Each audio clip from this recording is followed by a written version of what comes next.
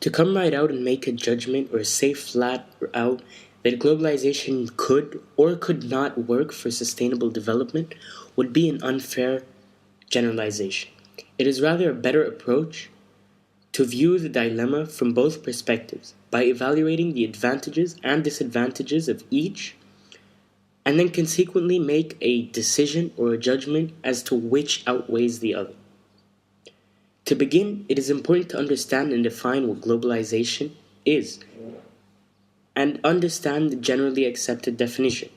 Based on the United Nations definition, globalization in an economic sphere refers to the growing integration of the global economy, which is being brought about by incessant flows of goods and services, capital, technology, and information across national borders. However, as globalization has taken place more and more over the years, this definition has broadened and expanded to incorporate not only services and goods,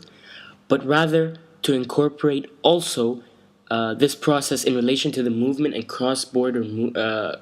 spread of cultures, ideas, and traditions in a wider sphere. There are a number of cited benefits to the concept of globalization, that which have aided in its use to sustainably develop and maintain the world's economy. Proponents of this concept have argued and debated that because globalization creates a competition between international and domestic companies, that it encourages and possibly even forces companies to produce the highest quality product for the lowest prices to consumers in order to be able to compete and maintain their business within this cutthroat, deadly environment provided by this wide-reaching trade. In addition to this, it provides consumers access to products that would normally be unavailable due to regional constrictions and climate conditions, especially true with regards to crops such as fruits, vegetables, and wheat, which require particular and very specific climatic conditions for the crops to thrive.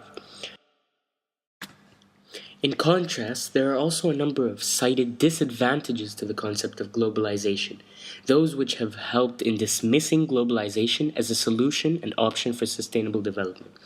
Opponents of globalization for sustainable development often argue that while at a first glance, globalization appears to improve a given country's overall economic status, upon closer inspection, it becomes apparent that it places the bulk of the wealth in the hands of few individuals, while leaving the majority of the population working underneath this illusion and with little percent and amount of wealth left. As a result, it makes the rich grow richer and the poor grow poorer. For a little statistics, it has been estimated by the UN Development Programme that the richest 20% of the world's population actually consume 86% of the world's resources, while the poorest 80% consume only 14% of the available resources. Additionally, because multinational corporations, which expand, often choose poorer, less developed countries to set up shop. It has been argued that these companies act with social injustice, unfair and unsafe working conditions, mismanagement, and when profits do arrive through these companies, they are not invested into the poorer countries where these corporations have set up shop, but rather are invested in the host country from whence the corporations initially came. In conclusion, based on the aforementioned pros and cons, it is my judgment, backed up by irrefutable argument, that while globalization at first sight may appear beneficial, and while it may initially provide a country with an economic jumpstart,